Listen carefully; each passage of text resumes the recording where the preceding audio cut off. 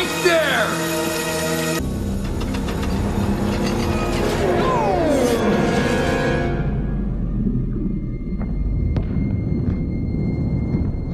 If I could save time in a bottle. Welcome to Bad Movie Fights versus Good Movie Fights. Sometimes a fight scene can be more satisfying than a brutal one. But essentially, what is their value? Anything with shaky cam is a major no-no. Anything with choppy editing to cover up actors who can't fight is a major no-no. And remember, no gunfights allowed. So, let's do this. Let's start off with a good fight. Oh, that is cool. Now, there's no doubting that the new Fantastic Four movie looks promising. Maybe Reed Richards has been miscast. We will protect you. And according to reports, it might be a slightly woke film. But nothing screams fun louder than the character of Silver Surfer.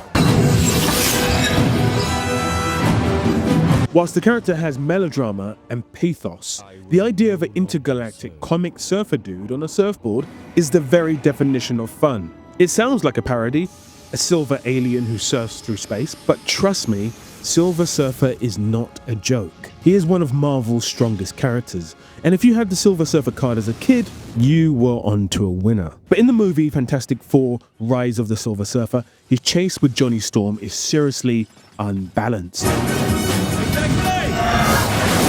At times, he's almost playing with Storm. Show off. Now, this movie was universally panned upon release, and still is, but this scene still really holds up. The special effects don't feel dated at all. In fact, they look fantastic, with these shots particularly standing out. And the integration of practical work and CG is incredible, especially here. The scene itself bears no consequence in terms of shaping the narrative, but the movie does decide to flex its money and its budget for the sake of fun. The most obvious way you can turn that the purpose of the scene is just all about fun is that Storm simply is no match for the surfer. Can we talk? And what started off as a non-event of a fight ends like one too. Okay. You win.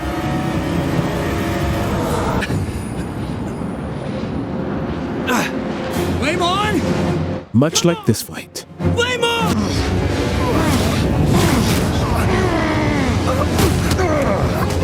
In theory, this fight should never be equal. Conquest is a full-blooded Viltrumite. I'm not here to save you. I'm not here to spread the greatness of the Viltrum Empire. I'm here because I enjoy this. Invincible is only half, and as much as our protagonist tries to stand his ground, he simply can't. Yes! This! I want more! What makes this fight so effective is that Conquest is having fun. Very good! While systematically destroying Mark and entire cities in the process. Season 3 of the Amazon show seriously raised the game, and this episode followed the best rated of the entire show. What works here is the growing sense that we might lose our protagonist. The fight stops being about punches and becomes a slow collapse of hope. And in the moment where Mark is used as a weapon to wipe out an entire city, we feel it. Because we're helpless too. In fact, this scene really isn't fun for anyone at this point, so let's move on to something more fun.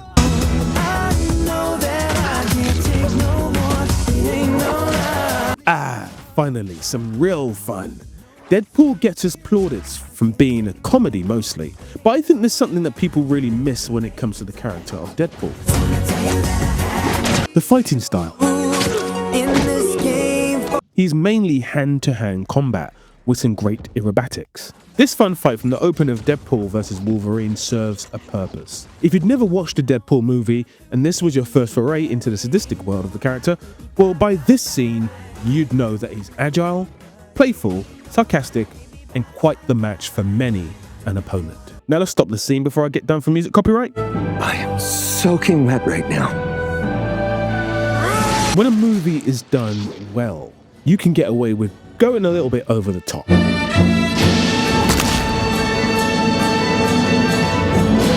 Whether it be the fighting or the comedy, Kung Fu Hustle knows exactly what it wants to be and how to be exactly that. Director Stephen Chow, who's also the lead actor in this movie, set out looking to make a Matrix-like parody, but he did way more than that. He created a legendary martial arts movie with legendary moments like this.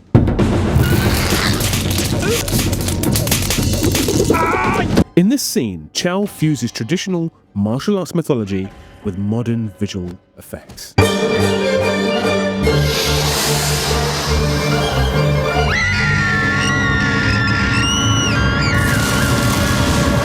The Lion's Roar is based on an actual legend of a sound-based inner energy. The fighting in the scene and the film is choreographed by the legendary Yang Wuping, who also did the choreography on The Matrix and Crouching Tiger, Hidden Dragon.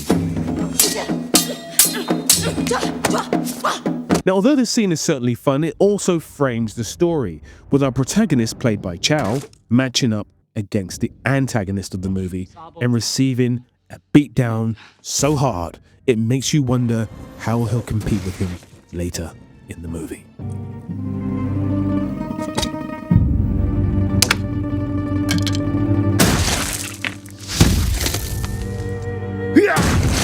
Now, having fun fight scenes can be good. They can really lighten the mood of a movie, or if done well like in Kung Fu Hustle, they can tell a story and entertain too. But if done poorly, you end up like the first bad scene today.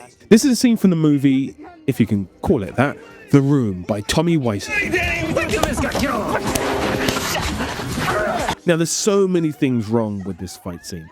Let's start with the acting. There really needs to be some respect put on the names of some of the action stars of the 80s and the 90s who people think can't act, even Van Damme. Because whether or not you can deliver a powerful moment like this, I've abandoned my child! I've abandoned my boy! you still need to make a fight scene believable. Every actor in this scene downgrades any sense of competency that the scene may have had. Not that it had much anyway. This set of the alleyway looks exactly like the real alleyway out there. That's right. That's why we're doing Hollywood movie, right? Well, why don't we just shoot in the real alleyway? Because it's real Hollywood movie. No, yeah, sounds. Director Tommy Wiseau's story is legendary, but not in a way that can be celebrated. You are tearing me apart, Lisa! The lack of intensity in the danger of grabbing and waving around guns, the manhandling and the really bad acting from the two ladies watching on means that what could have been a quick takeaway fun scene in a movie about, well, it's about something. If you've seen the movie, you realize it's a movie about nothing and everything at the same time. How much is it? It'll be $18. Here you go. Keep the change. Hi, doggy. You're my favorite customer. But what happens here is a fun scene becomes laughable, but for the wrong reasons. Speaking of laughable,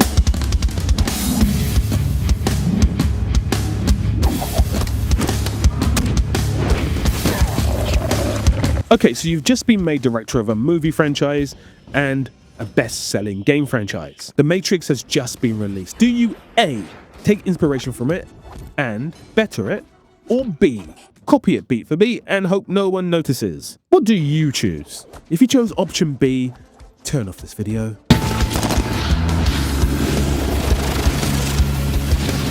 Director Paul W.S. Anderson can turn off this video too. He chose B. Now, despite his name, he did not direct this. I've abandoned my boy! And he's not him. E.T.'s pretty sexy. He did direct this though, a cult movie that many actually love. Now let's be serious here for a minute.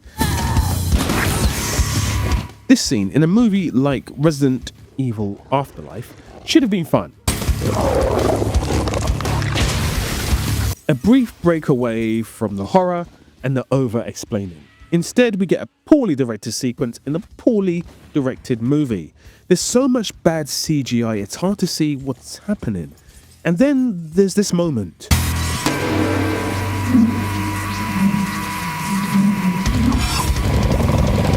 Why the glass doesn't break on impact is a true miracle of film. Suspend belief for a second, I guess, fine. But the sound it makes. Hilarious. Honestly, sack the CGI artist, sack the sound designer, sack the director.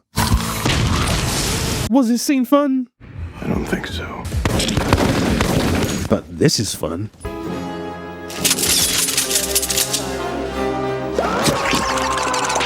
This is a scene from The Mask.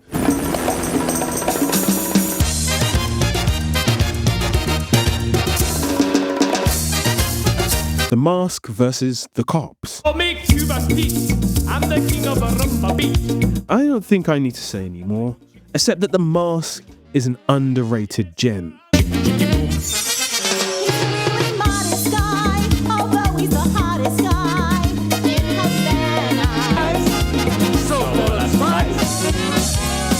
But sometimes fun can be a problem. Start dancing, I'll blow your brains out. When fun becomes formula, you end up bored, confused, or both. Too much posing, CGI overload, zero tension, dead weight. So how much fun is too much fun? Can a whole movie be just fun fights?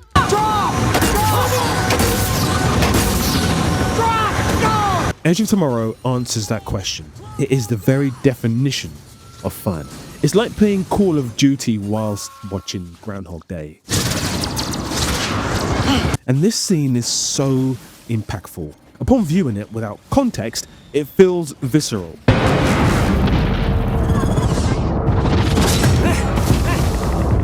You can feel the anxiety of our protagonist. This is the first fight scene in the movie, and you are thrusted without warning into battle. But what elements actually make this scene feel so real?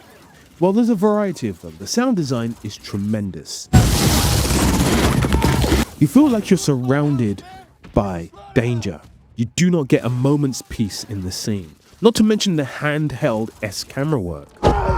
There's no doubting that the scene owes a lot to Saving Private Ryan.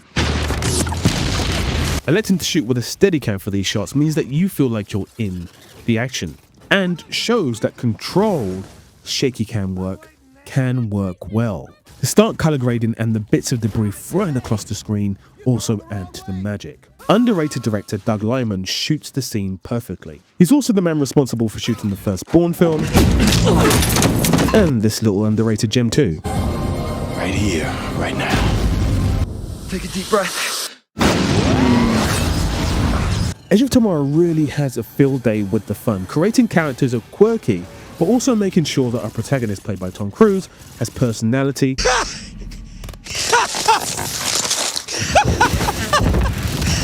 and a dose of sarcasm to keep things light and when they're being rather heavy. Did you just take my battery? No. In fact, this scene, which we revisit a few times in the movie, due to the time travel nature of the narrative, is very reminiscent of another fun movie. Starship Troopers, the Paul Verhoeven romp.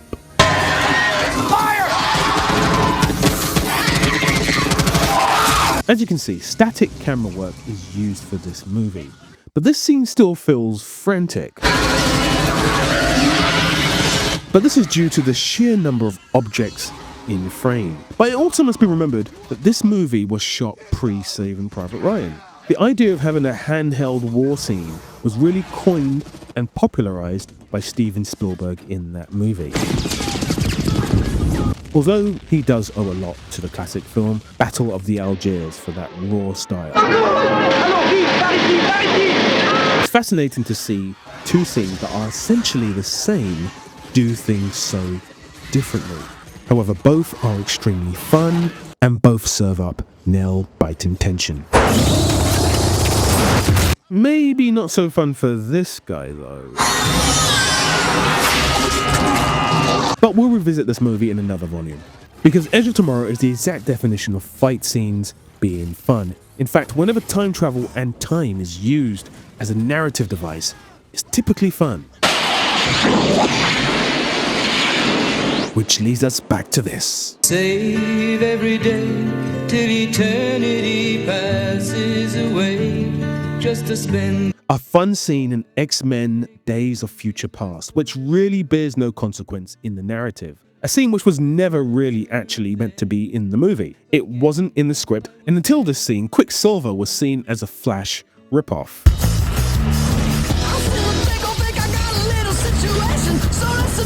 Most normies didn't even know who he was. After the scene, everyone knew who he was. This scene took 77 different camera angles and 3 weeks to shoot. That's 3 whole weeks on just this sequence. Nowadays, your typical A24 movie is shot in 30 days.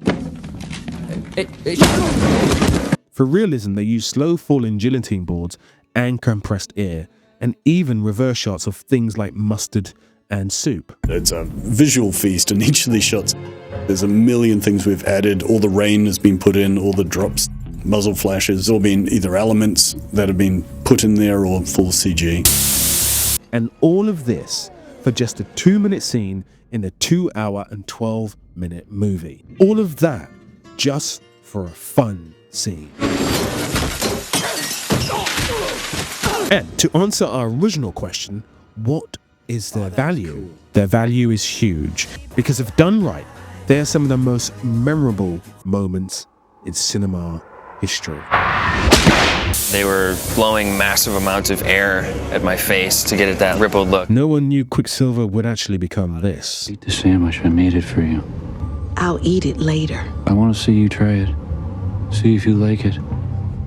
Get out of my apartment. Eat it. But that's for another volume.